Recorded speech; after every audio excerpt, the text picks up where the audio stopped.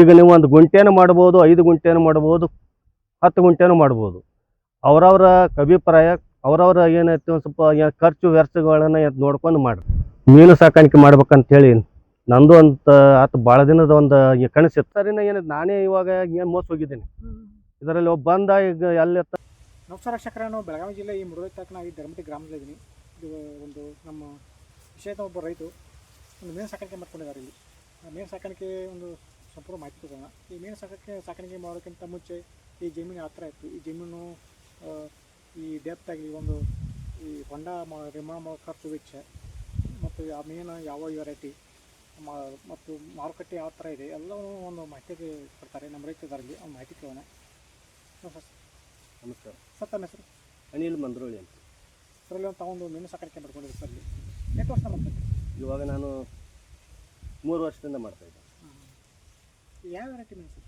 ಇದು ನಮ್ಮದು ಬಾಳೆ ಮೀನು. ಬಾಳೆ ಮೀನು ಪಂಗೇಸಿಸ್ ಅಂತ ನಾವು ಹೇಳ್ತೀರಿ ಎಲ್ಲರೂ ಕಾಮನ್ ಆಗಿ. ಇದಕ್ಕೆ ನಾವು ಎಂತ ಕನ್ನಡದಲ್ಲಿ ಎಂತ ಬಾಳೆ ಮೀನು ಅಂತ ಹೇಳ್ತೀವಿ ಸರ್. ಈ ತಾವು ಮೀನು ಸಾಕಾಣಿಕೆ ಮಾಡ್ಕೊಂಡಿದ್ರಿ, ಇಷ್ಟೇನು ಅಷ್ಟೇ ಸರ್ ಇದು ಜಾಗ? ಇದು ನಮ್ಮದು 1 ಎಕರೆ ಫೌಂಡ್ ಇದೆ. 1 ಎಕರೆ. 1 ಎಕರೆ ನಾವು 1 ಎಕರೆ ಇವನು ಕೃಷಿ ಹೊಂಡ ಮಾಡ್ಕೊಂಡು ಒಂದು ಮೀನು ಸಾಕಾಣಿಕೆ ಮಾಡ್ತೀವಿ. ಡೆಪ್ತ್ ಅಷ್ಟು ಹೋಗಿದೆ ಸರ್? 18 ಅಡಿ ಇದೆ ರೀ. 18 ಈ ಮೀನು ಸಾಕಾಣಿಕೆ ಮಾಡೋಕ್ಕಿಂತ ಮುಂಚೆ ತಾವೆಲ್ಲಾದರೂ ಹೋಗಿ ನೋಡ್ಕೊಂಡ್ಬಂದ್ರೆ ಅಥವಾ ನೀವೇ ಸ್ವಂತ ಬುದ್ಧಿಯನ್ನು ಮಾಡ್ಕೊಂಡಿದ್ದಾರೆ? ಇಲ್ಲ ರೀ, ನಾನು ಎಲ್ಲ ಕಡೆ ಒಂದು ಸ್ವಲ್ಪ ಸುಮಾರು ಕಡೆ ಎಲ್ಲ ಏನು ಸ್ವಲ್ಪ ಏನು ತಿರುಗಾಡಿಬಿಟ್ಟು ಬಂದು ನೋಡಿ ಇದು ಮಾಡ್ತಾಯಿದ್ದೆ. ಈ ಮೀನು ಸಾಕಾಣಿಕೆ ಎಲ್ಲರೂ ಮಾಡೋಕ್ಕಾಗಂಗಿಲ್ಲ. ಆಗೋದು ಯಾಕಂದ್ರೆ ಮೊದಲೇ ಮಾತಾಡೋ ಬಗ್ಗೆ ಮಾಹಿತಿ ತೊಗೋಬೇಕು ಅಥವಾ ತಿಳ್ಕೊಬೇಕು. ತಾವು ಅಲ್ಲಿ ಹೋಗಿ ನೋಡ್ಕೊಂಡ್ಬಂದಿದ್ದೀವಿ. ನಮ್ಮದು ಇಲ್ಲಿ ತುಕಾನಟ್ಟಿಯಲ್ಲಿ ನಮ್ಮ ಏನು KVKಯಲ್ಲಿ ಬರೋಬ್ಬರು ಸಾಕಾಣಿಕೆ ಮಾಡ್ತಾಯಿದ್ದಾರೆ. ಅವ್ರದ್ದೇ ಆದಂಥ ಕೆಲವೊಂದಿಷ್ಟು ಪಾಂಡುಗಳು ಅದಾವೆ. ಅವ್ರದ್ದೇ ಆದಂಥ ಸ್ವಲ್ಪ ಏನು ರಿಸರ್ಚ್ ಮಾಡ್ತಾಯಿದ್ದಾರೆ. ಅವ್ರ ಕಡೆಯಿಂದ ಏನೈತೆ ಮಾಹಿತಿ ತೊಗೊಂಡು ನಾವು ಇದ್ದಾರೆ ಮಾಡ್ತಾಯಿದ್ವಿ ಸರ್. ಇಲ್ಲಿ ತಗೊಂಡು ಮೀನು ಸಾಕಾಣಿಕೆ ಮಾಡ್ತಾಯಿದ್ದಾರೆ ಸರ್. ಇಲ್ಲಿ ಖರ್ಚು ಎಷ್ಟಾಗಿ ಸರ್? ಖರ್ಚು 5 ಲಕ್ಷ ರೂಪಾಯಿದು ನಮ್ಮದು ಕಂಪ್ಲೀಟ್ ಎಲ್ಲ ಏನು ಫಾಂಡ್ ರೆಡಿ ಆಗ್ಬೇಕಾದ್ರೆ ಒಂದು 15 ಲಕ್ಷ ರೂಪಾಯಿ. 15 ಲಕ್ಷ. ತಾವು ಈ JCP ತೆಗೆದ್ರೆ ಅಥವಾ ಯಾರೋ ಏನು ಕಂಪ್ನಿ ಇಟಿ ಹಚ್ಚಿದ್ರಿ. ಇಟಿ ಹಚ್ಚಿದ ನಾವೇ ಏನೈತೆ ಸ್ವಂತ ತೆಗೆದಿದ್ವಿ. ಆ ನಂತರ ಇದಕ್ಕೆ ಸ್ವಲ್ಪ ಏನು ಕೃಷಿ ಇಲಾಖೆದವರು ಸ್ವಲ್ಪ ಏನು ಸಬ್ಸಿಡಿ ರೂಪದಲ್ಲಿ ಸ್ವಲ್ಪ ಏನು ಅವ್ರ ಕಡೆಯಿಂದ ಸ್ವಲ್ಪ ಏನು ಸಹಾಯಧನವನ್ನು ನಾವು ಸಬ್ಸಿಡಿ ಸಿಗ್ತಿದೆ ಸರ್? ಹಾಂ. ಈಗಾಗಲೇ ತಾವು ಒಂದು ಮೀನು ಸಾಕಾಣಿಕೆ ಮಾಡಿ ಒಂದು ಕೃಷಿ ಹೊಂಡ ಮುಗಿಸ್ಕೊಂಡು ಅವ ಮೀನುಗಳನ್ನ ಆಯ್ಕೆ ಮಾಡ್ಕೋಬೇಕು. ಹೌದು ಸರ್. ಅದನ್ನು ತಾವು ಯಾವ ಥರ ಆಯ್ಕೆ ಮಾಡ್ಕೋದ್ರಿ? ನಮ್ಮ ಸರ್ ಹೇಳ್ಬೇಕಂತಂದರೆ ಮೊದಲನೇ ಮಾತು, ಈ ಮೀನುಗಾರಿಕೆ ತಂದಾಗ ಯಾರಾದರೂ ಒಬ್ಬರು ಏನಕ್ಕೆ ನಿರ್ದೇಶಕರು ಬೇಕೇ ಬೇಕು. ಯಾಕಂತಂದರೆ ನಾವು ಈ ಕಡೆ ಎಲ್ಲ ಮಾಡ್ತಾ ಇರೋದು ನಮ್ಮದು ಏನು ಕೃಷಿ ಬಗ್ಗೆ ಅಷ್ಟೇ ಮಾಹಿತಿ ಇರೋದು, ಎಲ್ಲ ಸರ್ವೇ ಸಾಮಾನ್ಯವಾಗಿ. ಮೀನುಗಾರಿಕೆ ಅಂತ ಬಂದಾಗ ಇದರಲ್ಲಿ ಒತ್ತಿರೋರು, ಇದರಲ್ಲಿ ಮುಖ್ಯವಾಗಿ ಪರಿಣಿತರ ಇದ್ದವ್ರ ಕಡೆಯಿಂದ ಒಂದು ಸ್ವಲ್ಪ ಏನು ಸಲಹೆ ತಗೋದು ಭಾಳ ಒಳ್ಳೆಯ ಕೆಲಸ. ಸ್ವಲ್ಪ ಯಾಕಂತಂದರೆ ಯಾವುದೋ ಒಂದು ಫೇಸ್ಬುಕ್ಕಲ್ಲಿ ನೋಡ್ತೀವಿ, ಯಾವುದೋ ಒಂದು ಲೈವಲ್ಲಿ ನೋಡ್ತಾ ಇರ್ತೀವಿ, ನಮ್ದು ಅಷ್ಟು ಲಾಭ ಇದೆ, ಎಷ್ಟು ಲಾಭ ಇದೆ ಅಂತ ಹೇಳ್ಬಿಟ್ಟು ಯಾರೋ ಒಬ್ಬರು ಏನು ಮರಿ ಕೊಡ್ತಾರೆ, ಅದು ಏನೋ ಅಂತಂದು ಹಾಕ್ತೀವಿ, ಅದು ಅಷ್ಟು ಸಾವಿರ ಇಷ್ಟು ಸಾವಿರ ಅಂತ ಹೇಳಿ ಹಾಕ್ತೀವಿ. ಈ ಥರ ಆದವರು ಸಾಕಷ್ಟು ಜನ ಅದಾರೆ. ಯಾಕಂತಂದ್ರೆ ತುಂಬ ಏನು ಲಾಸಲ್ಲಿ ಆದವರು ಸಾಕಷ್ಟು ಜನ ಅದಾರೆ. ಆದರೆ ಎಷ್ಟು ಒಂದು ವಿಸ್ತೀರ್ಣದಲ್ಲಿ ಎಷ್ಟು ಒಂದು ಕ್ವಾಂಟಿಟಿಯಲ್ಲಿ ನಮ್ಗೆ ಮೀನು ಬಿಡಬೇಕು, ಯಾವ ಒಂದು ಪ್ರಜಾತಿ ಅದರಲ್ಲಿ ಬೆಳೆಯುತ್ತೆ, ಯಾವುದು ಒಂದು ಪ್ಲಾಸ್ಟಿಕ್ ಪೌಂಡಲ್ಲಿ ಒಂದು 4-5 ಪ್ರಜಾತಿ ಮಾತ್ರ ಬೆಳವಣಿಗೆ ಆಗುತ್ತೆ. ಉಳಿಕಿದ ಪ್ರಜಾತಿ ಒಳಗೆ ಹೆಂಗೆ ಇರ್ತೈತೆ ಅಂದರೆ ಕೆಲವೊಂದು ನ್ಯಾಚುರಲ್ ಪೌಂಡ್ ಅಂತ ಹೇಳ್ತೀವಿ. ನ್ಯಾಚುರಲ್ ಪೌಂಡ್ ಅಂತಂದ್ರೆ ಯಾವಾಗ ಅದು ಎಲ್ಲಿ ಇರ್ತಂದ್ರೆ ಒಂದು ಸ್ವಲ್ಪ ಏನು ಸೌಳು ಇದರಲ್ಲಿ ಭೂಮಿಯಲ್ಲಿ ನ್ಯಾಚುರಲ್ ಪೌಂಡ್ ಅಂತ ಹೇಳ್ತೀವಿ. ನ್ಯಾಚುರಲ್ ಪೌಂಡಲ್ಲಿ ಬೆಳೀತಕ್ಕಂಥ ಕೆಲವೊಂದಿಷ್ಟು ಒಂದು ಸ್ವಲ್ಪ ವೆರೈಟೀಸೇ ಬೇರೆ. ಇದರಲ್ಲಿ ಪ್ಲಾಸ್ಟಿಕ್ ಪೌಂಡಲ್ಲಿ ಬೆಳೀತಕ್ಕಂಥ ಒಂದು ಕೆಲವೊಂದಿಷ್ಟು ಸ್ವಲ್ಪ ಇದ್ರು ಏನಂತ ಹೇಳ್ತಾರೆ ಮೀನಿನ ಒಂದು ಕೆಲವೊಂದು ಜಾತಿಗಳೇನು ಬೇರೆ. ಇದರ ಬಗ್ಗೆ ಸಂಪೂರ್ಣ ಮಾಹಿತಿ ತಗೋಬೇಕು. ಸಂಪೂರ್ಣ ಮಾಹಿತಿಗೋಸ್ಕರ ನಮ್ಮ ಒಂದು ತಾಲೂಕಿನಲ್ಲಿ ನಮ್ಮ ಒಂದು ತುಕಾನಟ್ಟಿಯಲ್ಲಿ ಇರ್ತಕ್ಕಂಥ ನಮ್ಮ ಕೃಷಿ ಇಲಾಖೆ ಏನಿದೆ, KVK ಏನಿದೆ, ಆದರ್ಶ್ ಗೌಡ ಅಂಥೇಳಿ ಅವರೊಂದು ಸ್ವಲ್ಪ ಇದರಲ್ಲಿ ಪರಿಣಿತರಿದ್ದಂಥವ್ರನ್ನ ಆಯ್ಕೆ ಮಾಡಿಕೊಂಡು ಅವ್ರ ಕಡೆಯಿಂದ ನಾನು ಪೂರ್ತಿಯಾಗಿ ಸ್ವಲ್ಪ ಟ್ರೈನಿಂಗ್ ತೊಗೊಂಡು ಅವರ ಒಂದು ಮಾರ್ಗದರ್ಶನದಲ್ಲಿ ನಾನು ಇವಾಗ ಏನು ಮೀನು ಸಾಕಾಣಿಕೆನ ಇವಾಗ ನಾವು ಮಾಡ್ತಾಯಿದ್ವಿ. ಬನ್ನಿ ವೀಕ್ಷಕರನ್ನು ಮೀನು ಸಾಕಾಣಿಕೆ ಮಾಡ್ತಾಯಿದ್ರೆ ಯಾವ ಥರ ಮತ್ತು ಮರಿಗಳನ್ನು ಇವರೇ ತಯಾರು ಮಾಡ್ತಾರೆ. ತಯಾರು ಮಾಡಿಕೊಂಡು ಅದನ್ನು ತಮ್ಮ ಮೀನು ಸಾಕಾಣಿಕೆಗೆ ಉಪಯೋಗಿಸ್ತಾರೆ. ಬನ್ನಿ ಎಲ್ಲ ನೋಡ್ಕೊಂಡು ಇಲ್ಲೊಂದು ಹೊಂಡ ಮಾಡ್ಕೊಂಡ್ರೆ ಮತ್ತು ಅದೊಂದು ಹೊಂಡ ಐತೆ ಸರ್. ಹ್ಞೂ ರೀ. ಈ ಹೊಂಡ ಆಯ್ತು ರೀ ಇಲ್ಲಿ ಮಾಡ್ತಾರೆ ಸರ್ ಇಲ್ಲಿ. ಇದ್ರೊಳಗೆ ಸರ್ ಮರಿಗಳ ಸಾಕಾಣಿಕೆ ಸರ್ ಇದು. ಹಾಂ ಹಾಂ ತಾವು ಮರಿಗಳ ತಂದು ಇಲ್ಲಿ ಫಸ್ಟ್ ಇಲ್ಲಿ ಬಿಡ್ತಾರೆ ಸರ್. ಫಸ್ಟಿಗೆ ಇಲ್ಲಿ ಹಾಕ್ತೀವಿ ರೀ. ಹಾಂ ಈಗ ಎಷ್ಟು ದಿವಸ ತಂದು ಕಸಾಕ್ತಾರೆ ಸರ್? ಒಂದು ಮರಿ ಎಷ್ಟು ದಿವಸದಿಂದ ಇಲ್ಲಿ ಒಂದು 2 ಇಂಚು ಹಿಡ್ಕೊಂಡು ಅಂತ 1.5 ಇಂಚು ತನಕ ಏನಾದ್ರು ಮರಿಗಳು ತೊಗೊಂಡು ಬಂದು ನಾವು ಇದ್ರೊಳಗೆ ಹಾಕ್ತೀವಿ ರೀ. ಹ್ಞೂ ಆ ನಂತರ ಏನೈತೆ ನಮ್ದು ಒಂದು ಎಕರೆ ಫೌಂಡಲ್ಲಿ ಎಷ್ಟು ಒಂದು 2 ಇಂಚು 1.5 ಇಂಚು ಮರಿ ಹಾಕಿದ್ರೆ ಅದು ಯಾವ ಸ್ವಲ್ಪ ಏನು ಸತ್ತಿದಾವ ಅವು ಎಷ್ಟು ಕ್ವಾಂಟಿಟಿ ಒಳಗೆ ಅದಾವ ಅನ್ನೋದು ನಮಗೆ ಅದು ಸ್ವಲ್ಪ ಏನು ಗೊತ್ತಾಗೋದಿಲ್ಲ ಸರ್. ಈಗ ತಾವು ಇಲ್ಲಿ ಎಷ್ಟು ಮರಿಗಳು ಬಿಟ್ಟಿದೆ ಸರ್ ಅಂತ ಇದ್ರೊಳಗೆ? ಹಾಂ 5,000 ಮರಿಗಳನ್ನ ಹಾಕಿದ್ವಿ ನಾವು. 5,000 ಮರಿಗಳೆಲ್ಲ ಬರ್ತಾ ಸರ್ ಏನೋ ಸ್ವಲ್ಪ 5,000 ಒಳಗೆ ಏನೈತೆ ಸ್ವಲ್ಪ ಏನೈತೆ ಥಂಡಿ ಸೀಸನ್ ಒಳಗೆ ಹಾಂ ಈಗ ಒಂದು ಸ್ವಲ್ಪ ಏನು ಕ್ಲೈಮೇಟ್ ಒಂದು ಸ್ವಲ್ಪ ಏನು ಭಾಳ ಒಂದು ಸ್ವಲ್ಪ ಏನು ಕೋಲ್ಡ್ ಆಯ್ತು ಅಂತ ತಿಳ್ಕೊಡ್ರಿ, ಆಕ್ಸಿಜನ್ ಲೆವೆಲ್ ಒಂದು ಸ್ವಲ್ಪ ಏನು ಕಮ್ಮಿ ಆಗುತ್ತೆ. ಆ ಕಮ್ಮಿ ಆದಾಗ ಏನಾಯ್ತು ಸ್ವಲ್ಪ ಏನು ಸಾಯುವಂಥ ಒಂದು ಸ್ವಲ್ಪ ಇದು ಒಂದು ಸ್ವಲ್ಪ ಏನು ಪ್ರಮಾಣ ಹೆಚ್ಚಾಗೋ ಚಾನ್ಸಸ್ ಭಾಳ ಇರ್ತದೆ. ಸರ್ ತಾವು ಇಲ್ಲಿ ಎಷ್ಟು ದಿವಸ ಬಿಡ್ತಾರೆ ಸರ್? ಇದರಲ್ಲಿ ನಾವು ಒಂದು 2 ರಿಂದ 3 ತಿಂಗಳು ನಾವು ಇದ್ರೊಳಗೆ ಏನು ಮೇಂಟೈನ್ ಮಾಡ್ತೀವಿ. ಈ 3 ತಿಂಗಳು ಆದ ನಂತರ ದೊಡ್ಡ ಹೊಂಡ 3 ತಿಂಗಳು ಆದ್ಮೇಲೆ ಏನೈತಿ 1 ರಿಂದ 1.5 ಇಂಚು ಮರಿ ತೊಗೊಂಡ್ರೆ ಅಂತ ತಿಳ್ಕೊರಿ, 2 ಇಂಚು ಮರಿ ತೊಗೊಂಡ್ರೆ ಅದು ನಮಗೊಂದು 2 ರಿಂದ 2.5 ರೂಪಾಯಿಗೆ ನಮಗೆ ಆರಾಮಾಗಿ ಏನೈತಿ ಸಿಕ್ಬಿಡ್ತೈತಿ. ಈ ಸರ್ ತಾವು ಮರಿಗಳು ಎಲ್ಲಿ ತರಿಸ್ತಾರೆ? ಇದು ಮರಿಗಳನ್ನು ನಾವು ಆಯ್ಕೆ ಮಾಡ್ಬೇಕಾದ್ರೆ ಇನ್ನೊಂದು ನಮಗೆ ಏನೈತಿ ಬರೋಬ್ಬರಿ ತಿಳಿದವ್ರ ಕಡೆಯಿಂದ ಏನಾದ್ರು ಮರಿಗಳನ್ನು ತೊಗೋಬೇಕು, ಹಾಂ ಮತ್ತು ನಮಗೆ ಏನೈತಿ ಗೊತ್ತಿದ್ದವ್ರ ಕಡೆಯಿಂದ ಮರಿಗಳನ್ನು ತೊಗೋಬೇಕು. ತಾವು ಎಲ್ಲಿ ತರಿಸ್ತಾರೆ ಸರ್? ನಾವೀಗ ತರಿಸೋದಾದ್ರೆ ರೀ ಫಸ್ಟವಾಗಿ ನಮ್ಮಲ್ಲಿ ಗೊತ್ತಿರೋರು ಅಂತಂದ್ರೆ ನಮ್ಮ ಸ್ವಲ್ಪ ನಮ್ಮದು ಏನು ಕೆವಿಕೆ ಏನಿದೆ ಅಲ್ಲ, ಆ ಕೆವಿಕೆ ಕಡೆಯಿಂದ ನಾವು ಮೊದಲು ಏನು ಮರಿಗಳು ಬೇಕಂತ ಹೇಳಿಸಿಂದ ನಾವು ಇದರ ಸ್ವಲ್ಪ ಏನು ಶಿಫಾರಸು ಮಾಡ್ತೀವಿ.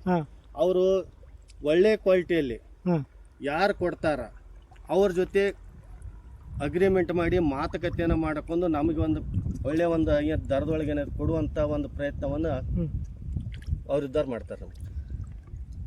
ಸರ್ ಈಗ ತಾವಿಲ್ಲಿ ಈ ಏನು ತಾವು ಮೀನುಗಳು ತಂದ್ರಲ್ಲ ಈಗ, ಈ 8 ದಿವ್ಸಕ್ಕೆ ಒಂದು ಬ್ಯಾಚ್ ಬರುತ್ತೆ ಸರ್? ಇದು ನಮಗೊಂದು 8 ತಿಂಗಳಿಗೆ ಒಂದು ಬ್ಯಾಚ್ ಬರ್ತದೆ. 8 ತಿಂಗಳು ಒಂದು ಬ್ಯಾಚ್ ಸರ್? 8 ತಿಂಗಳಿಗೆ ಒಂದು ಬ್ಯಾಚ್ ಸರ್. ಈ ಥರ ನಾವು ಏನಾರ ಮರಿಗಳ ನಾವು ತಂದು ಬರೋ ಸಾಕಾಣಿಕೆ ಮಾಡಿದ್ದಾದ್ರೆ 5 ತಿಂಗಳಿಗೆ ನಾವು ಒಂದು ಸರಿ ಒಂದು ಬ್ಯಾಚ್ ತೆಗಿಬೋದು ಸರ್. 5 ತಿಂಗಳಿಗೆ ಒಂದು ಬ್ಯಾಚ್? 5 ತಿಂಗಳಿಗೆ ಒಂದು ಬ್ಯಾಚ್ ಹೆಂಗೆ ತೆಗಿಬೇಕಂತಂದ್ರೆ ಈಗ ನಮ್ಮದು ಅಲ್ಲಿನೂ ಏನು ಹಾರ್ವೆಸ್ಟಿಂಗ್ ನಾವು ಇವಾಗ ಏನು ಮಾಡ್ತಾ ಇದ್ವಿ, ತೆಗಿತಾ ಇದ್ದೀವಿ. ಈಗ ನಮ್ಮ ತೆಗಿಯೋದು ಒಂದು 2 ತಿಂಗಳು ಒಂದು ಸ್ವಲ್ಪ ಏನು ಅಡ್ವಾನ್ಸ್ ಆಗಿ ಇದ್ರೊಳಗೆ ತಂದು ನಾವು ಇದ್ದಾರೆ ಏನು ಮರಿಗಳನ್ನು ನಾವು ಇದನ್ನು ಮಾಡ್ಕೊಂಡಿದ್ದೀವಿ. ಆಲ್ರೆಡಿ ನಾವು ಫಿಲಪ್ ತಂದು ತರಬೇಕು.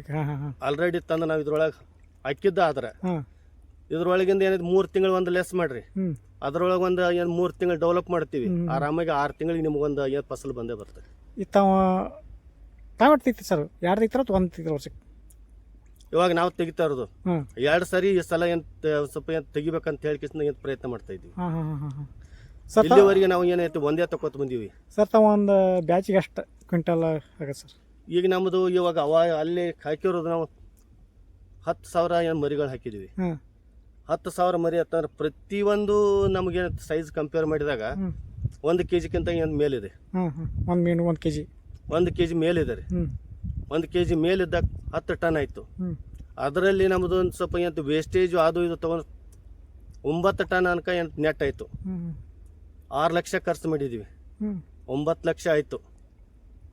ಅದರಲ್ಲಿ ಎಲ್ಲತ್ತಂದ್ರೆ ಅಂದ್ರೆ ಒಂದು ಸ್ವಲ್ಪ ಏನು ಆಯ್ತು 4 ಲಕ್ಷ ಏನು ಬೆನಿಫಿಟ್ ಆಯ್ತು ಅದರಲ್ಲಿ. 8 ತಿಂಗಳು ಒಂದೇ ಬ್ಯಾಚ್ ಅವರು ಒಂದು 4 ಲಕ್ಷ ರೂಪಾಯಿ ಆರಾಮ್ಸಿರಿ ಅಂತ 4 ಲಕ್ಷ ಏನು ಬೆನಿಫಿಟ್ ಆಗುತ್ತೆ. ಆದರೆ ಇದರಲ್ಲಿ ವ್ಯವಸ್ಥಿತವಾಗಿ ಏನು ಕೊಡಬೇಕು, ಯಾವ ಥರ ಮೇಂಟೈನ್ ಅದೇ ಥರ ಮೇಂಟೈನ್ ಮಾಡಬೇಕು. ಇತ್ತ ಫುಡ್ ಏನು ಕೊಡ್ತೀವಿ ಸರ್? ಇವಾಗ ನಾವು ಕೊಡ್ತಾ ಇರೋದು ನಾವೊಂದು 24 ಇದನ್ನ ಇರತಕ್ಕಂಥ ಪ್ರೋಟೀನ್ ಇರ್ತಕ್ಕಂಥ 4 mm ಅಂತ ಫುಡ್ ಕೊಡ್ತಾ ಇದ್ದೀವಿ. ಇದು ಸ್ಟಾರ್ಟಿಂಗ್ ಆಗಿನ ಕೊಡ್ತಾ ಸ್ಟಾರ್ಟಿಂಗ್ ಬೇರೆ ಬೇರೆ ಬರ್ತದೆ? ಇಲ್ಲ ಬೇರೆ ಬೇರೆ ಕೊಡ್ಬೇಕಾಗತ್ತೆ. ಇದು ಎಷ್ಟು ದಿವಸ ಕೊಡ್ಬೇಕು ಸರ್? ಇದು ಒಂದು ಅರ್ಧ kg ವರೆಗೆ ಬಂದಾಗ ಏನೈತಿ, 1/4 kg ಸೈಜ್ ಬಂದಾಗ ಏನೈತ್ರಿ, ಅವಾಗ ನಾವು ಏನಾದ್ರು 4 mm ಅಂತ ಫುಡ್ ಕೊಡ್ಬೋದು. ಅದಕ್ಕಿಂತ ಮುಂಚೆ ಏನೈತಿ ಸಣ್ಣ ಮರಿ ಇದ್ದಾಗ ಅವಾಗ ಒಂದು ಸ್ವಲ್ಪ ಏನು ಬೇರೆ ಬೇರೆ ಥರದ ಒಂದು ಸ್ವಲ್ಪ ಏನು ಫುಡ್ಗಳನ್ನು ಕೊಡ್ಬೇಕಾಗತ್ತೆ. ಅಂದ್ರೆ ಒಂದು ಸ್ವಲ್ಪ ಬೇಗ ಜರ್ಮಿನೇಷನ್ ಆಗ್ಬೇಕಂತಂದ್ರೆ ಸ್ವಲ್ಪ ಸ್ಲೋ ಜರ್ಮಿನೇಷನ್ ಬೇಕಪ್ಪ, ನಮಗೇನು ಅವಶ್ಯಕತೆ ಇಲ್ಲ, ಯಾವಾಗಾದ್ರೂ ಬೆಳೀಲಿ ಹೆಂಗಾದ್ರೂ ಬೆಳೀಲಿ ಅನ್ನುವಂತ ಒಂದು ರೀತಿ ಒಳಗಿತ್ತ ಅಲ್ಟರ್ನೇಟಿವ್ ಒಂದು ಸ್ವಲ್ಪ ಫುಡ್ಗಳನ್ನು ನಾವೇ ರೆಡಿ ಮಾಡ್ತೀವಿ. ಮಶಿನ್ ಕುಂಚಾರ ಇಲ್ಲ? ಹೌದು. ಇದ್ರ ಉಪಯೋಗ ಏನು ಸರ್? ಇದು ನಮ್ದು ಅಂದ್ರೆ ಏನೈತ್ರಿ, ಇದ್ರೊಳಗಿಂದ ಈ ಏನು ನಮ್ದು 1 ಎಕರೆ ಫಾಂಡ್ ಒಳಗಿಂದ ಏನೈತಿ ನೀರನ್ನ ಇದು ಒಂದು ಸ್ವಲ್ಪ ಫಿಲ್ಟ್ರೇಷನ್ ಮಾಡಿ ಬೆಳೆಗಳಿಗೆ ಏನೈತಿ ಕೊಡಿಸ್ಲಿಕ್ಕೆ ಸರಿ ತಾವು ಹೊಂಡಾಗಿ ನೀರೆಲ್ಲ ತಮ್ಮ ಬೆಳೆ ಕೊಡ್ತಾರೆ ಸರ್ ಮೀನು ಎಲ್ಲ ಸಾಕಾಣಿಕೆ ಮಾಡಕ್ಕೆ ಬೆಳಿಗ್ಗೆ ಕೊಡ್ತೀವಿ. ಸರ್ ಅದಕ್ಕೆ ಕೊಡೋದು ಏನು ಲಾಭ ಸರ್? ಇದನ್ನ ನಾವು ಏನೈತೆ ಕೊಡೋದ್ರಿಂದ ಏನೈತೆ ಬೆಳಿಗ್ಗೆ ಇದ್ರೊಳಗೆ ಏನೈತೆ ಹೆಚ್ಚಿನ ಒಂದು ಸ್ವಲ್ಪ ಏನು ಪ್ರೋಟೀನ್ ಕೊಟ್ಟಂಗ್ರಿ. ಅದು ಯಾವ ಥರ ಪ್ರೋಟೀನ್ ಅಂತಂದ್ರೆ ಈಗ ನಾವು ಏನು ಮೀನುಗಳನ್ನ ಏನು ಬೆಳೆಸ್ಬೇಕಾದ್ರೆ ಮೀನುಗಳನ್ನು ಸಾಕಬೇಕಾದ್ರೆ ಈಗ ನಾವು ಏನು ಹಾಕ್ತೀವಿ ಅವಕ್ಕೇನು ನಾವು ಸ್ವಲ್ಪ ಏನು ತಿನ್ಲಿಕ್ಕೆ ಏನು ಆಹಾರ ಹಾಕ್ತೀವಿ ಆಹಾರನ ಅದನ್ನು ಬರೋ ತಿಂದು ಆನಂತರ ತ್ಯಾಜ್ಯನ ಅದ್ರೊಳಗೆ ಏನು ಇದ್ರೊಳಗೆ ನೀರೊಳಗೆ ಏನು ಬಿಡ್ತೈತೆ ರೀ ಆ ನೀರೊಳಗೆ ಬಿಟ್ಟಂಥದ್ದು ಏನೈತಿ ಬೆಳಿಗ್ಗೆ ಭಾಳ ಒಂದು ಆಹಾರವಾಗಿ ಕಿಸಿಂದ ಅದೊಂದು ಪರಿವರ್ತನೆ ಆಕೈತಿ. ಒಂದು ಗೊಬ್ಬರ ಕೊಟ್ಟಂಥದ್ದು ಗೊಬ್ಬರ ಕೊಟ್ಟಂಗೆ ಆಕೈತಿ. ನೀರು ಮುಖಾಂತರ ಒಂದು ನೀರ ಮುಖಾಂತರ ಏನು ಗೊಬ್ಬರ ಕೊಟ್ಟಂಗ್ರಿ ಆಲ್ರೆಡಿ ಬೇರುಗಳಿಗೆ ಹೊಸ ಬೇರುಗಳು ಬಿಡುವಂಗೆ ಒಂದು ಕಬ್ಬಾಗಿರ್ಬೋದು ಒಂದು ಸ್ವಲ್ಪ ಏನು ಜೀವಾಮೃತ ಅಂತಂದ್ರೂ ಏನು ಅಡ್ಡಿ ಇಲ್ಲ. ನಮಗೇನು ಬೆಳೆ ಪರಿವರ್ತನೆ ಆಗಿದ್ದು ನಮಗೆ ಕಂಡು ಬರುತ್ತೆ ಸರ್ ಈ ನೀರಿಂದ. ಇವಾಗ ನನಗೆ ಒಂದು ಸ್ವಲ್ಪ 2 ವರ್ಷದಿಂದ ಅಂದ್ರೆ ಮೊದಲೇ ವರ್ಷ ನಮಗೇನು ಅಷ್ಟೊಂದು ಇದ್ರೊಳಗೆ ಏನು ಗೊತ್ತಾಗ್ಲಿಲ್ಲ. 2ನೇ ವರ್ಷದಿಂದ ನಮಗೇನು ಸ್ವಲ್ಪ ಬೆಳೆ ಒಳಗೆ ಒಂದು ಸ್ವಲ್ಪ ಏನು ಸುಧಾರಣೆ ಜಾಸ್ತಿ ಆಗ್ತಾ ಇದೆ. ಆ ನಂತರ ನಾವು ಏನು ರಾಸಾಯನಿಕ ಬೆಳೆಗೆ ನಾವೇನು ರಾಸಾಯನಿಕ ಏನು ಉಪಯೋಗ ಮಾಡ್ತಾ ಇದ್ದೀವಿ ಈಗ ಅದನ್ನು ನಾವು 70% ಸ್ವಲ್ಪ ಏನು ಕಡಿಮೆ ಮಾಡಿಬಿಟ್ಟಿವಿ. ಹಾಂ, ಇವಾಗ ಬರೀ 30% ಮಾತ್ರ ಏನು ರಾಸಾಯನಿಕ ಏನು ಬಳಕೆ ಮಾಡ್ತಾ ಇದ್ದೀವಿ. ಮೀನಿಂದ ಒಂದು ಇದರೊಳಗೆ ಇರ್ತಕ್ಕಂಥ ಗೊಬ್ಬರದ ಒಂದು ಏನು ಅಂಶ ಏನು ಇರ್ತದ್ರಿ ಇದು ನಾವು ಏನು ಬೆಳೆಗಳಿಗೆ ಏನಾಯ್ತು ಕೊಡೋದ್ರಿಂದ ಮತ್ತೊಂದು ಸ್ವಲ್ಪ ನೀರಿನ ಸ್ವಲ್ಪ ಇದು ಏನತ್ತೀರಿ ನೀವು ಸ್ವಲ್ಪ ಆರೋಣಿಕೆ ಏನಂತ ಹೇಳ್ತೀರಿ ನೀವು ಅದು ಭಾಳ ಕಡಿಮೆ ಆಗುತ್ತೆ. ಹೆಂಗೆ ಆರ್ಗ್ಯಾನಿಕ್ ಆಗುತ್ತೆ ಅಂದರೆ ನಾವು ಮೀನುಗಳನ್ನು ಬೆಳೆಸಬೇಕಾದ್ರೆ ಇದಷ್ಟೇ ನಾವು ಹಾಕೋದಿಲ್ಲ. ಏನಂತಂದ್ರೆ ಹೊರಗಡೆ ತಂದಂಥದ್ದು ನಾವು ಒಂದು ಫುಡ್ ಅಷ್ಟೇ ಹಾಕೋದಿಲ್ಲ. ಮಸ್ಟಿಗೆ ನಾವು ಹಾಕ್ಬೇಕಾದ್ರೆ ಏನಂತ ಸ್ವಲ್ಪ ಎಂತ ಶೇಂಗಾದ ಹಿಂಡಿ ಹಾಕ್ತೀವಿ. ಆ ನಂತರ ಆಕಳ ಒಂದು ಸ್ವಲ್ಪ ಎಂತ ಸಗಣಿ ಹಾಕ್ತೀವಿ. ಆ ನಂತರ ಇದಕ್ಕೆ ಆಕಳ ಬರೋಬ್ಬರ ಸಗಣಿನೂ ಹಾಕೋದ್ರಿಂದ ಇದರೊಳಗೆ ಒಂದು ಸ್ವಲ್ಪ ಕ್ರಿಮಿ ಕೀಟಗಳನ್ನು ಏನೈತಿ ಉತ್ಪಾದನೆ ಮಾಡಿದಂಗೆ ಆಕೈತಿ. ಅಂಥ ಒಂದು ಎಕ್ಸಾಮ್ ನೀರುಗಳನ್ನು ಏನು ರೆಡಿ ಆದಾಗ ಮಾತ್ರ ಏನು ಮೀನುಗಳನ್ನು ಏನು ಸಾಕಾಣಿಕೆ ಮಾಡಕ್ಕೆ ಬರುತ್ತೆ. ಬರೀ ನೀವು ಏನೈತಿ ಪ್ಯೂರ್ ಬರೀ ಏನು ನೀರೊಳಗೆ ನೀವು ಏನು ಮೀನು ಸಾಕಾಣಿಕೆ ಮಾಡ್ತಾನೆ ಅಂದ್ರೆ ಎಂದೂ ಸಾಧ್ಯ ಇಲ್ಲ. ಫಸ್ಟಿಗೆ ನೀವು ಏನೈತ್ರಿ ಯಾವಾಗಿದ್ರು ಏನು ಹೊಂಡ ಮಾಡಿದಾಗ ಏನು ಕೃಷಿ ನೀವು ಏನೈತಿ ಹೊಂಡ ಮಾಡಿ ಮೀನು ಬಿಡಬೇಕಾದ್ರೆ ಆಕಳ ಒಂದು ಏನು ಸಗಣಿಯನ್ನು ಕಂಪಲ್ಸರಿ ನೀವು ಹಾಕ್ಲೇಬೇಕು. ಹಾಕೋದ್ರಿಂದ ಇದ್ರೊಳಗಪ್ಪ ಅಂತಂದ್ರೆ ಏನೈತಿ ನಮಗೆ ಈ ನೀರೊಳಗೆ ಈಗ ಏನಾಗುತ್ತೆ ಯಾವುದೇ ಒಂದು ಎಕ್ದಮ್ ಎಲ್ಲ ಕೆಮಿಕಲ್ ಇರ್ಬೋದು, ಬ್ಯಾಕ್ಟೀರಿಯಾಗಳು ಇರ್ಬೋದು, ಯಾವ್ದಾರ ಒಂದು ಬ್ಯಾಡದಂತ ಯಾವ್ದಾರ ಒಂದು ಕೆಮಿಕಲ್ ಬಂದಿರ್ಬೋದು. ಆದಷ್ಟು ಜಾಸ್ತಿ ಒಂದು ಸ್ವಲ್ಪ ಇದ್ರೊಳಗೆ ನೀರೊಳಗೆ ಕ್ಯಾಲ್ಸಿಯಂ ಇರ್ಬೋದು. ಇದನ್ನ ಎಲ್ಲಾನು ಅಂತ ಸಮ ಪ್ರಮಾಣದೊಳಗೆ ಮಾಡ್ತಕ್ಕಂಥ ಒಂದು ಸ್ವಲ್ಪ ನಮ್ಮಲ್ಲಿ ಹೊಂದಿರ್ತಕ್ಕಂಥ ಏನು ಗುಣ ಅಂತಂದ್ರೆ ಅಂದ್ರೆ ಸಗಣಿ ಒಳಗಿರ್ತದೆ, ಆಕಳ ಸಗಣಿ ಒಳಗಿರ್ತದೆ. ಇದನ್ನು ಮೊದಲು ಹಾಕಿ ಕೇಸಿಂದ ನಾವಿದ್ದಾರೆ ಅಂತ್ರಿ ನಾವು ಇದ್ರೊಳಗೆ ಜೀವಿಗಳನ್ನು ಏನೈತೆ ಅಂದ್ರೆ ಉತ್ಪಾದನೆ ಮಾಡ್ಕೋಬೇಕು. ಇವಾಗ ಮೀನು ನಾವು ಏನು ಬಿಡ್ತೀವಿ ಅಂತಂದಾಗ ಒಂದು 15ರಿಂದ 20 ದಿವಸ ಮೊದಲಿಗೆ ಆಕಳ ಸಗಣಿಯನ್ನು ಹಾಕೋದು ಭಾಳ ಎಕ್ದಮ್ ಒಂದು ಸ್ವಲ್ಪ ಸೂಕ್ತ ಅಂತ ನಾವು ಹೇಳ್ತೀವಿ. ಸರಿ, ಒಂದು ಈ ಮೀನು ಸಾಕಾಣಿಕೆ ರೀ ತಾವು ಹೊಂಡ ಮಾಡ್ಕೊಂಡ್ರಿ ಸರಿ? ಹೌದ್ರಿ. ಈಗ ಒಂದು ತಡಪತ್ರ ಹಾಕಿ ಈ ಥರ ಮಾಡಿ ನ್ಯಾಚುರಲ್ ಆಗಿ ಮಾಡ್ಬೇಕು. ನಾವು ನ್ಯಾಚುರಲ್ ಆಗಿ ಮಾಡ್ಬೇಕಾದ್ರೆ ಹೆಂಗೆ ಮಾಡ್ಬೇಕು? ನ್ಯಾಚುರಲ್ ಆಗಿ ಮಾಡ್ಬೇಕಾದ್ರೆ ಒಂದು ಸ್ವಲ್ಪ ಜೋಳ ಪ್ರದೇಶ ಒಳಗೆ ಏನೈತಿ ನಿಮ್ಗೆ ಒಂದು ಸ್ವಲ್ಪ ನ್ಯಾಚುರಲ್ ಪಾಂಡ್ ಅಂತ ಮಾಡಿದಾಗ ಹಗುರವಾಗಿ ನಿಮ್ಗೆ ಒಂದು ಸ್ವಲ್ಪ ಕಡಿಮೆ ಖರ್ಚು ಒಳಗೆ ಏನೈತಿ ಮೀನು ಸಾಕಾಣಿಕೆ ಮಾಡ್ಬೋದು. ಅದು ಹೆಂಗತ್ತಪ್ಪ ಅಂತಂದ್ರೆ ನಿಮ್ಗೆ ಯಾವುದೇ ಒಂದು ರೀತಿ ಒಳಗೆ ಬೆಳೆ ಬರ್ಲಾರ್ದಂಥದ್ದು ಯಾವ ಒಂದು ಪ್ರದೇಶ ಜೋಳ ಪ್ರದೇಶ ಆಗಿರ್ಬೋದು, ವೇಸ್ಟ್ ಲ್ಯಾಂಡ್ ಇರ್ಬೋದು, ಅಂಥದ್ರೊಳಗೆ ನ್ಯಾಚುರಲ್ ಪಾಂಡ್ ಅಂತ ಹೇಳ್ತೀವಿ ನಾವು. ಅದ್ರೊಳಗೆ ಮಾಡಿದ್ರೆ ಅದ್ರೊಳಗೆ ಕೆಲವೊಂದಿಷ್ಟು ಸ್ವಲ್ಪ ಒಂದೆರಡು ಪ್ರಜಾತಿಗಳು ಬರ್ತಾವೆ. ಈಗ ಸಾಕುವಂಥ ಒಂದು ಸ್ವಲ್ಪ ಅದನ್ನ ಆ ಒಂದು ಪ್ರಜಾತಿಗಳು ಮಾಡಿದ್ರೆ ಏನೈತಿ ಒಳ್ಳೆಯ ಒಂದು ಸ್ವಲ್ಪ ಏನು ಮಾರ್ಕೆಟ್ದೊಳಗೆ ಏನು ಬೇಡಿಕೆ ಐತ್ರಿ ಅದ್ರೊಳಗೆ. ಅಲ್ಲ, ಅದು ಖರ್ಚು ಕಡಿಮೆ ಇರ್ತದೆ ಸರ್. ಖರ್ಚು ಭಾಳ ಕಡಿಮೆ ಇರಲಿ, ಅದು ಭಾಳ ಕಡಿಮೆ ರೀ. ಇದ್ರದ್ದು ಎಂತ ಪ್ಲಾಸ್ಟಿಕ್ ಹಾಕ್ಬೇಕಾ, ಇದ್ರದ್ದು ಎಲ್ಲ ಏನೈತಿ ಹಿಟ್ಟೈತಿ ಎಲ್ಲ ಮಾಡಿಸ್ಬೇಕು, ಎಲ್ಲ ಫಿನಿಶಿಂಗ್ ಮಾಡಲೇಬೇಕಾ. ಆನಂತರ ಈ ಪ್ಲಾಸ್ಟಿಕ್ ಹಾಕ್ಬೇಕಾದ್ರೆ ಇದಕ್ಕೆ ಯಾವ ಪ್ರಮಾಣದಲ್ಲಿ ನಾವು ಯಾವ ಥರ ಫಿನಿಶಿಂಗ್ ಮಾಡ್ಬೇಕು ಅದೇ ಥರ ಫಿನಿಶಿಂಗ್ ಮಾಡ್ಬೇಕಾ. ಇದೆಲ್ಲ ಎಂತ ಖರ್ಚು ಜಾಸ್ತಿ ಇರುತ್ತೆ. ಇದು ನ್ಯಾಚುರಲ್ ಪಾಂಡ್ ಅಂತ ಬಂದಾಗ ನೀವು JCB ಮುಖಾಂತರ ಒಂದು ಸ್ವಲ್ಪ ಏನೋ ಒಂದು 4-5 ತಾಸು ಬೇಡ ಒಂದು 7-8 ತಾಸಿನಲ್ಲಿ ಒಂದು ಯಾವ್ದಾರು ಒಂದು ಪಾಂಡ್ ರೆಡಿ ಮಾಡ್ಬೋದು. ಆ ಥರ ಪಾಂಡ್ ರೆಡಿ ಮಾಡ್ಬೋದು. ಅದ್ರಾಗ ನೀರು ಮಾತ್ರ ಒಂದು 5ರಿಂದ 6 ಅಡಿ ಮಾತ್ರ ಏನು ಇರಲೇಬೇಕು. 6 ಅಡಿ ನೀರು ಮಾತ್ರ ಇರಲೇಬೇಕು. ನೀವು ಆಯ್ಕೆ ಮಾಡ್ಬೋದು. ಈ ಥರ ಯಾವ ಥರ ತಾವು ಆಯ್ಕೆ ಮಾಡ್ಕೊಂಡ್ರಿ ಸರ್? ಇದ್ರೊಳಗೆ ನಾವು ಆಯ್ಕೆ ಮಾಡ್ಕೋಬೇಕಾದ್ರೆ ರೀ ಹ್ಮ್. ಅಗ್ರಿಮೆಂಟ್ ಮಾಡ್ಕೋಬೇಕಾಗತ್ತೆ ರೀ. ಹ್ಮ್. ಇವಾಗ ನಾವು ಮಾಡ್ಕೊಂಡಿರೋದು ಅಂತ ಟೆರೆಕ್ಸ್ ಗೋಲ್ಡ್ ಅಂತೇಳಿ ಹ್ಮ್. 5 ವರ್ಷ ಅಗ್ರಿಮೆಂಟು ಬಾಂಡ್ ಇದೆ ರೀ ಇದು. ಹ್ಞೂ 5 ವರ್ಷ ಒಳಗಾಗಿ ಇದರಲ್ಲಿ ಏನಾದರೂ ಒಂದು ಸ್ವಲ್ಪ ಇದಾದ್ರೆ ಒಂದು ಸ್ವಲ್ಪ ಏನು ಡ್ಯಾಮೇಜ್ ಆದರೂ ಹ್ಮ್. ಆ ನಂತರ ಏನಾದ್ರು ಸ್ವಲ್ಪ ಇದಾದ್ರೆ ಬಿಸಿಲಿಗೆ ಏನಾದರೂ ಹರಿದು ಹೋದ್ರೆ ಕಟ್ ಆದ್ರೆ ಹ್ಮ್. ಇದರಲ್ಲಿ ಟೋಟಲಿ ಏನೈತೆ ಜವಾಬ್ದಾರಿ ಏನೈತೆ ಅವನ ಕಂಪ್ನಿದು ಇರುತ್ತೆ. ಕಂಪ್ನಿದು ಇರುತ್ತೆ. ಹಾಂ ಹಾಂ. ಕಂಪ್ನಿ ಜವಾಬ್ದಾರಿ. ಸರ್ ತಾವೀಗ ಈ ತಾಡಪತ್ರಿಗೆ ಎಷ್ಟು ಖರ್ಚಾಗಿದೆ ಸರ್? ಇದು 6,30,000 ರೂಪಾಯಿ ಆಗಿದೆ ರೀ. ಈ ತಾಡಪತ್ರೆ ಎಷ್ಟು ಸರ್? 6,30,000 ಆಗಿದೆ ಸರ್ ಅಂದಾಜಿಗೆ ಈಗ ತಾವು ನೀರು ಸೇರಿಗೆ ಎಷ್ಟು ಫೂಟ್ ಸೇರಿ ಸರ್? ಇದು 18 ಅಡಿ ನೀರಿದೆ ರೀ. ಇದು ಟೋಟಲ್ ಎಲ್ಲ ಸ್ವಲ್ಪ ಪೂರ್ತಿ ಭರ್ತಿ ಆದ್ರೆ 18 ಅಡಿ ಆಗುತ್ತೆ ರೀ. ಈಗ 10 ಅಡಿ ನೀರಿದೆ ರೀ. ತಾವೇನು ಬೋರ್ವೆಲ್ನಿಂದ ನೀರು ತಗೋಸ್ತಾರ ಅಥವಾ ಬಾವಿ ನೀರು ತಂದು ಹಾಕ್ತಾರೆ ಸರ್? ಇದಕ್ಕೆ ಹಾಕೋದ್ರಿ ಎಂತ ಬೋರ್ವೆಲ್ ದಿನ ಎಂತ ನೀರು ಹಾಕ್ತಿವಿ. ಆ ನಂತರ ಎಂತ ನಮಗೇನು ಬಾವಿಯಿಂದನೂ ಎಂತ ನೀರು ಹಾಕ್ತಿವಿ. ಆ ನಂತರ ಒಂದು ಸ್ವಲ್ಪ ಏನು ಕೆನಾಲ್ದಿಂದನೂ ಏನೈತಿ ನೀರು ಒಂದು ಸ್ವಲ್ಪ ಹಾಕುವಂತ ನಾವೊಂದು ವ್ಯವಸ್ಥೆ ಕೂಡ ನಾವು ಮಾಡ್ಕೊಂಡಿದ್ದೀವಿ. ಸರ್ ಒಂದು ಬ್ಯಾಚ್ ತೆಗೆದ ನಂತರ ಈ ನೀರೇನು ಚೇಂಜ್ ಮಾಡ್ತಾರ ಮತ್ತೆ? ಇಲ್ಲ ಸರ್, ಇಲ್ಲ ಪದೇ ಪದೇ ಒಂದು ಸ್ವಲ್ಪ ಹಾಕೋದು ತೆಗೆದು ಮಾಡ್ತಾನೆ ಇರ್ತೀವಿ ನಾವು.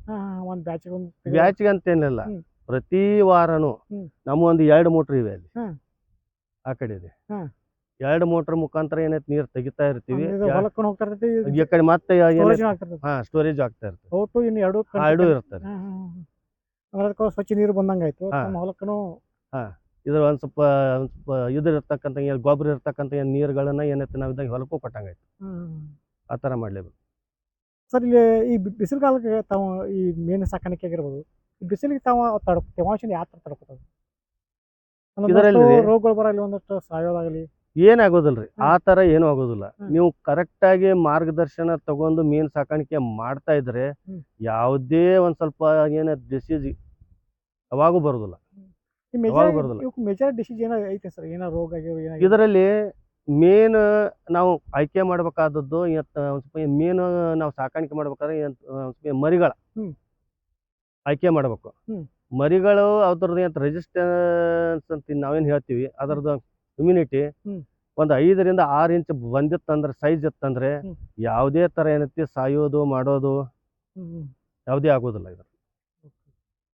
ಸರ್ ಈಗ ತಾವಾಗ ಮೀನುಗಳ ಮಂತ್ಲಿ ಇಡಿಸ್ತಾರ ಅಥವಾ ಯಾವ ಥರ ಬ್ಯಾಚ್ ತೆಗಿತಾರೆ? ಮೀನು ಇವತ್ತು ವಾರಕ್ಕೆ ತೆಗಿತಾರೆ, ತಿಂಗಳಿಗೆ ತೆಗಿತಾರೆ? ಏನಿಲ್ಲ ರೀ, ಮಾರ್ಕೆಟ್ ಅಂತ ಬಂದಾಗ ನಮ್ದು ಹೆಂಗಿರುತ್ತೆ ರೀ, ಈಗ 1 kg ಬಂತಂತ ತಿಳ್ಕೊರಿ ನಾವು ಸರಾಸರಿ, ಅವಾಗ ನಾವು ಇದ್ದಾರೆ ಅಂತ ಕೊಡೋದು ಮಾತ್ರ ಏನಂತ ಸೂಕ್ತ ಅಲ್ಲ. ಕಂಟಿನ್ಯೂ ಕೊಡ್ತಿರ್ತ ಅಥವಾ ಒಮ್ಮೆ ಒಂದೇ ಸಾರಿ ಮಾರ್ಕೆಟ್ದವನು ಯಾರಾದರೂ ಬಂದ್ರೆ, ಈಗ ನಮ್ಮ ಟನ್ ಗಂಟ್ಲೆ ತಗೋತೀನಿ ಅಂತ ಬಂದ್ರೆ ಏನೋ ಒಂದು 4-5 ರೂಪಾಯಿ ಕಮ್ಮಿ ಮಾಡಿ ಆದ್ರೂ ಎಂತ ಕೊಟ್ಬಿಡ್ತೀವಿ.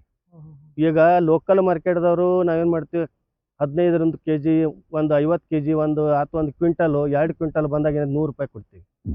ಇವಾಗ ಯಾವ್ದಾರು ಯಾವನಾರು ಒಬ್ಬನ ದೊಡ್ಡ ಮಾರ್ಕೆಟ್ದವನು ಅಕಸ್ಮಾತ್ ಏನು ಪುಣಾನೋ ಮುಂಬೈದವನು ಎಲ್ಲಿದು ಕಲ್ಕತ್ತಾದವನು ಯಾರಾದ್ರೂ ಒಬ್ಬನು ದೊಡ್ಡ ಮಾರ್ಕೆಟ್ದವನು ಬಂದಾಗ ಅವಾಗ ನಾವ್ ಏನ್ ಮಾಡ್ತೀವಿ, 100 ರೂಪಾಯಿ ಅಂತ ಹೇಳ್ಕೊತ್ಕೊಂಡಿರೋದಿಲ್ಲ ಅವನ ಜೊತೆ. ಯಾಕಂತಂದ್ರೆ ಒಂದು ದೊಡ್ಡ ಅಮೌಂಟ್ ಎಲ್ಲ ಅವನೇ ತಗೊಂಡ್ ಬಂದಿರ್ತಾನೆ. ಐಸ್ ಪ್ಯಾಕ್, ಐಸ್ ಗಾಡಿ ತಂದಿರ್ತಾನೆ, ಅವನದೇ ಆದಂತ ಲೇಬರ್ಗಳು ತಗೊಂಡ್ ಬಂದಿರ್ತಾನೆ. ಹೆಚ್ಚು ಕಡಿಮೆ ಬರ್ಲಿ ಮಾತ್ರ ಏನಂತ ಒಂದೇ ಸಾರಿ ಬಲ್ಕ್ ಅಲ್ಲಿ ಕತ್ಕೊಂಡ್ ಇವಾಗ ಏನ್ ಹೋಗ್ತಾನೆ ಅಂತ ತಿಳ್ಕೊಡ್ರಿ, ಒಂದ್ 5-10 ರೂಪಾಯಿ ಕಮ್ಮಿ ಮಾಡಿದ್ರು ಏನ್ ಅಡ್ಡಿ ಇಲ್ಲ. ಯಾಕಂತಂದ್ರೆ ದಿನ ಇಡೀ ಒಂದು ಬರೋಬ್ಬರಿ ತಿಂಗಳಾನ ಗಂಟ್ಲೆ ನಾವು ಒಂದು 20 kgನೋ 30 kgನೋ ಏನೈತಿ ದಿವ್ಸಕ್ಕೆ ಕೊಟ್ಕೋತ ಒಂದ್ ಸ್ವಲ್ಪ ಇದನ್ನ ಆಹಾರ ಹಾಕೋತ ಏನ ಕೊಟ್ಕೋತ ಕೊಂಡ್ರದ್ರಲ್ಲಿ ಲಾಸ್ ಆಗುತ್ತೆ.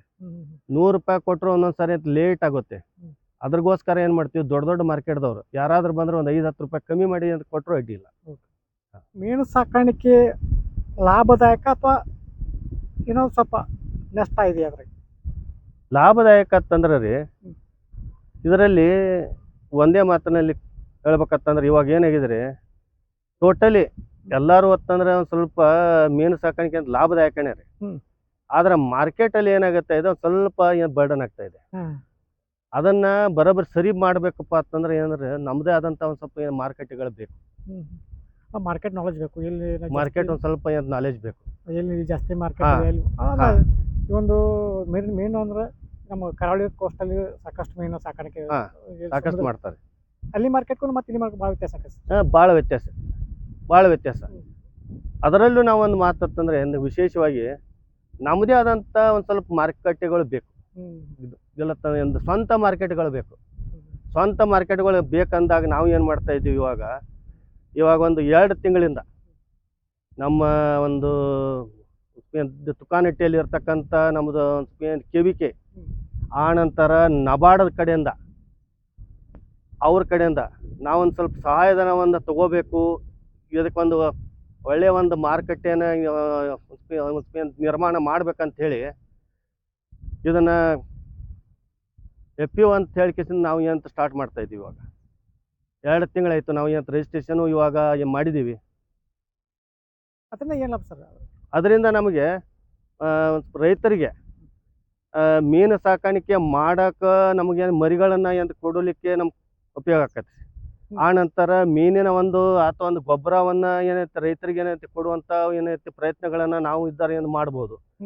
ಆ ನಂತರ ಇದರಲ್ಲಿ ಮೀನು ಸಾಕಾಣಿಕೆ ಮಾಡೋರಿಗೆ ಒಂದು ಸ್ವಲ್ಪ ಮಾರ್ಗದರ್ಶನವನ್ನು ಏನೈತೆ ಕೊಡಲಿಕ್ಕೆ ನಮಗೆ ಭಾಳ ಏನೈತಿ ಒಂದು ಉಪಯೋಗ ಆಗತ್ತೆ.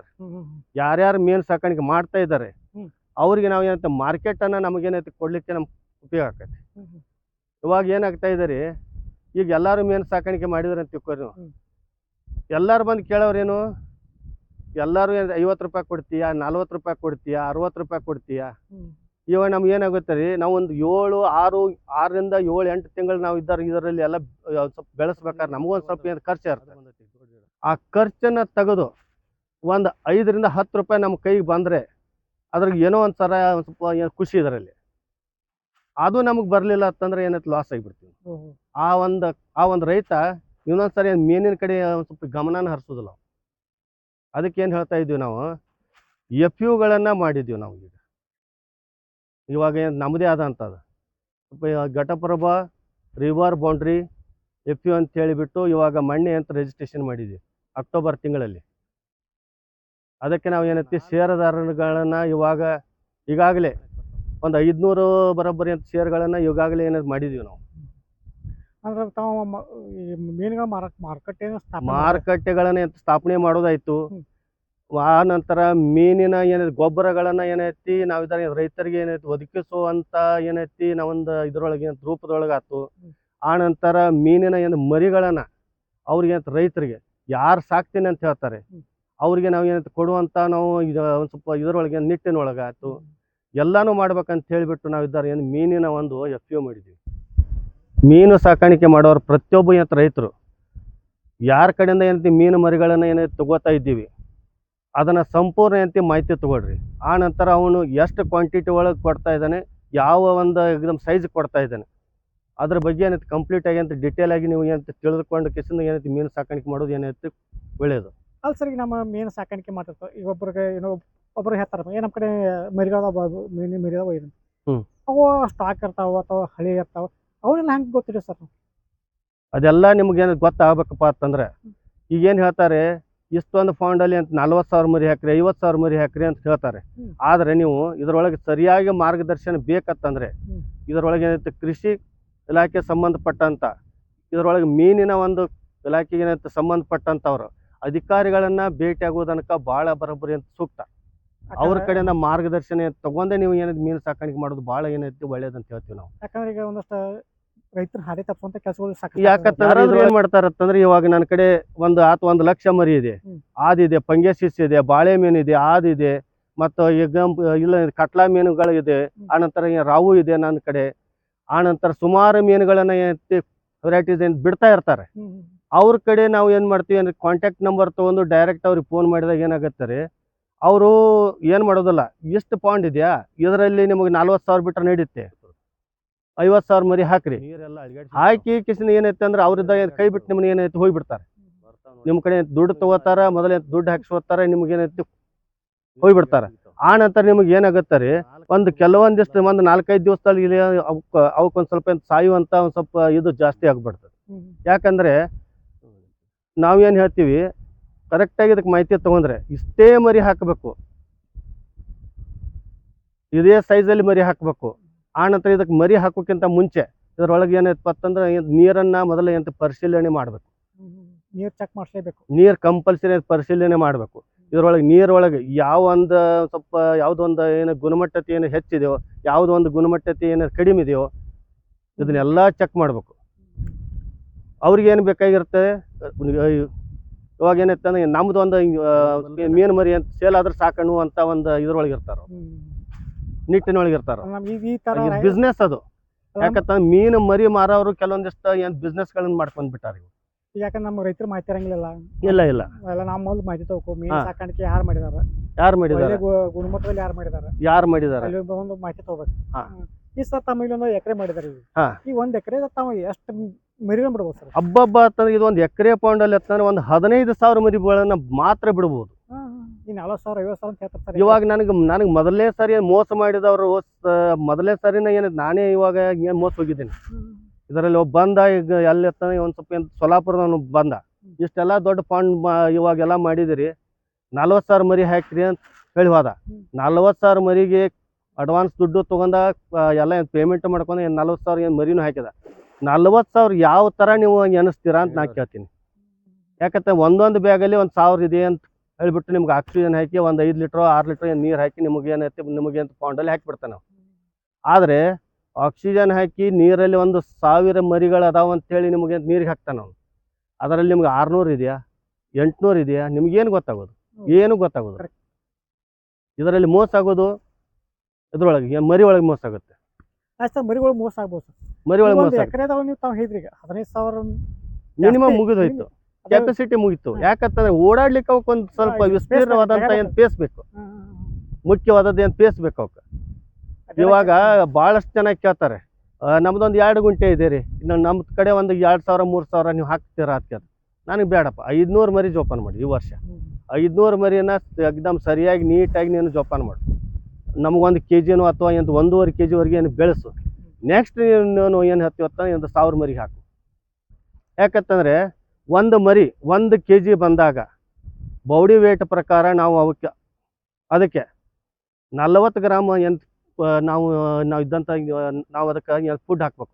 40 ಗ್ರಾಮ್ ಹಾಕ್ಬೇಕು. ಇವಾಗ 10,000 ಏನದು ಮೀನುಗಳನ್ನು ನಾವು ಇದರಲ್ಲಿ ಹಾಕಿದ್ದೀವಿ. ಈಗ ನಮ್ಮದು ಸರಾಸರಿ ಇವಾಗ ಏನತ್ತಿ 10 ಟನ್ ಆಯಿತು. 400 kg ಎಲ್ಲತ್ತಂದ್ರೆ ಅದು ಫುಡ್ ಬೇಕು. ದಿವಸಕ್ಕೆ 400 kg ಹಾಕೋಕ್ಕಾಗುತ್ತಾ? ಸಾಧ್ಯ ಇಲ್ಲ. ನಾವು ಇವಾಗ 200 kgನೋ ಎಲ್ಲತ್ತ 150 kg ಹಾಕಿ ಅದೇ ಥರ ಏನು ಮೇಂಟೈನ್ ಮಾಡ್ತಾಯಿದ್ವಿ. ಯಾಕಂತಂದರೆ ಇವಾಗ ಪ್ರತಿಯೊಂದು ಏನೈತಿ ಮೀನಿಗೆ ಬೇಕಾದಂಥ ನಾವೇನು ಹೇಳ್ತಾ ಇದ್ದೀವಿ ಫುಡ್ ಏನು ಹೇಳ್ತಾ ಇದ್ವಿ. ಆಂಧ್ರದಲ್ಲಿ ಒಂದು ಸ್ವಲ್ಪ ಏನು ಫ್ಯಾಕ್ಟ್ರಿಗಳಿದಾವೆ. ಆನಂತರ ಮಹಾರಾಷ್ಟ್ರಗಳಲ್ಲಿ ಒಂದು ಸ್ವಲ್ಪ ಅವನ್ನ ತಯಾರು ಮಾಡ್ತಕ್ಕಂಥ ಸ್ವಲ್ಪ ಫುಡ್ಗಳನ್ನು ತಯಾರು ಮಾಡ್ತಕ್ಕಂಥ ಫ್ಯಾಕ್ಟ್ರಿಗಳಿದಾವೆ. ಅದನ್ನು ಬಿಟ್ಟರೆ ಗೋವಾ ರಾಜ್ಯಗಳಲ್ಲಿ ಫ್ಯಾಕ್ಟ್ರಿಗಳಿದಾವೆ. ನಮ್ಮಲ್ಲಿ ಬೆಳಗಾಂ ಡಿಸ್ಟಿಕ್ದಲ್ಲಿ ಯಾವುದೂ ಇಲ್ಲ. ಅದರಿಂದ ಏನಾಗುತ್ತೆ ನಮಗೆ ಫುಡ್ ತರಿಸ್ಬೇಕಾದ್ರೆ ಇದರಲ್ಲಿ ಟ್ರಾನ್ಸ್ಪೋರ್ಟೇಷನ್ ಜಾಸ್ತಿ ಆಗುತ್ತೆ. ಆನಂತರ ನಮಗೆ ಫುಡ್ ಕಾಸ್ಟು ಸ್ವಲ್ಪ ಜಾಸ್ತಿ ಆಗುತ್ತೆ. ನಮ್ಮ ಲೋಕಲ್ ಫುಡ್ ಏನು ಹಾಕ್ಬೋದು? ಲೋಕಲ್ ಫುಡ್ಡಲ್ಲಿ ಮೇಂಟೈನ್ ಮಾಡ್ಬೋದು. ಆದರೆ ಲೋಕಲ್ ಫುಡ್ಡಲ್ಲಿ ಮೇಂಟೈನ್ ಮಾಡ್ಬೇಕಂದ್ರೆ ಮೀನುಗಳ ಸ್ವಲ್ಪ ಸಂಖ್ಯೆಯನ್ನು ಭಾಳ ಕಡಿಮೆ ಮಾಡ್ಕೋಬೇಕು. ನಮಗೆ ಮೊದಲು ಅಷ್ಟಕ್ಕೆ ನಾವು ಫುಡ್ ಹಾಕೋಕ್ಕಾಗುತ್ತಾ? ಈಗ ನಾವೊಂದು 500 ಮೀನು ಬಿಟ್ಟಿದ್ದೀನಿ, ನಾವೊಂದು 2 ಗುಂಟೆ ಫೌಂಡ್ ಇದೆ. ಅದಕ್ಕೆ ಮೊದಲು ನಾವು ಎಷ್ಟು ಬೇಕಷ್ಟು ನಾವು ಮೊದಲೇ ಫುಡ್ ಹಾಕಿ ಮೇಂಟೈನ್ ಮಾಡಬೇಕು. ಆ ನಂತರ ನಿಮಗೆಲ್ಲ ಗೊತ್ತಾಗುತ್ತೆ ನೀವು ಇವು ಯಾವ ಥರ ಆಹಾರಗಳ ಇವಕ್ಕೆ ಸ್ವಲ್ಪ ಹಾಕ್ಲಿಕ್ಕೆ ನಮ್ಗೆ ಆಗುತ್ತೆ ಅನ್ನೋದು ನಮಗೂ ಒಂದು ಸ್ವಲ್ಪ ಐಡಿಯಾ ಬರುತ್ತೆ. ಈಗ ನಾವು ಮೊದಲನೇ ಸಾರಿ ಈಗ ನಾವು ಹಾಕಿದ್ದೇವೆ 10,000 ಮಾತ್ರ ಹಾಕಿದ್ವಿ. 15,000 ಹಾಕ್ಬೋದಾಗಿತ್ತು, ಹಾಕಿಲ್ಲ. ಈಗ 10,000ನೇ ಇವಾಗ ನಾವು ಹಾಕಿ ಮೇಂಟೈನ್ ಮಾಡಬೇಕಾದ್ರೆ 6 ಲಕ್ಷ ಖರ್ಚು ಬಂದಿದೆ. 6 ಲಕ್ಷ ಖರ್ಚು. ಸರ್ ಈಗ ತಾವು ಒಂದು ಮೀನು ಸಾಕಾಣಿಕೆ ಮಾಡ್ತಾ ಇದ್ದೀರಿ ಇಲ್ಲಿ. ಹೌದ್ರಿ. ನಾವು ಸೆಕ್ಯೂರಿಟಿ ಯಾವ ಥರ ಮಾಡ್ಕೋಬೇಕು ಸರ್?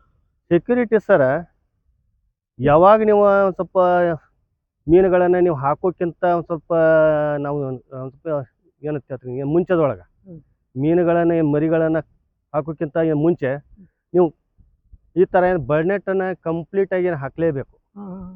ಯಾಕಂತಂದರೆ ನೀವು ಒಂದು 2 ಇಂಚು ಮರಿ ಹಾಕ್ತಿರೋ, 3 ಇಂಚು ಮರಿ ಹಾಕ್ತಿರೋ, 5 ಇಂಚು ಮರಿ ಹಾಕ್ತಿರೋ ನಮ್ಗೆ ಗೊತ್ತಿಲ್ಲ. ಅವಾಗ ಏನಾಕೈತ್ರಿ ಪಕ್ಷಿಗಳು ಏನು ಮಾಡಕತ್ತಾವ ಅಂದ್ರೆ ನನಗೆ ತಿನ್ನುವಂಥ ಒಂದು ಸ್ವಲ್ಪ ಸಾಧ್ಯತೆ ಭಾಳ ಇರ್ತಾವೆ. ಅದ್ರ ಸಲ ಬರ್ನೆಟ್ ನೀವು ಏನಾದ್ರು ಕವರ್ ಮಾಡಲೇಬೇಕು ಇದನ್ನು. ಯಾಕಂದ್ರೆ ಈಗ ಪಕ್ಷಿಗಳನ್ನ ಹಿಡಾಕಂತ ಆಗಂಗಿಲ್ಲ ಸರ್. ಹಿಡಿಯಾಕನಕ ಆಗೋದು ಬರೋನ ತಿನ್ನೋನ ಬರೋಣ ತಿನ್ನೋಣ. ಆ ನಟ್ ಎರಡು ಸುತ್ತನ ಹಾಕ್ಬೇಕು ಸರ್. ಇದು ನೆಟ್ರಿ ನಿಮ್ಗೆ ಒಂದು ಸ್ವಲ್ಪ ಮೀನಿನ ಒಂದು ಸ್ವಲ್ಪ ನೀವು ಇದನ್ನ ಹೇಳ್ತೀರಿ ಸೈಜ್ ಅಂತ ಏನು ಹೇಳ್ತೀರಾ, ಸೈಜ್ ಒಂದು 200 ಇಂದ 300 ಗ್ರಾಮ್ವರೆಗೆ ಏನು ಬರೋವರೆಗೇನು ಯಾಕೆ ನೀವು ಏನು ಸೇಫ್ಟಿಲಿ ಏನು ಮೇಂಟೈನ್ ಮಾಡಲೇಬೇಕು. ಒಂದು ಹೊಟ್ಟೆ 300 ಗ್ರಾಮ್ ತಕ ಬಂದ್ರೆ ಸಾಕು.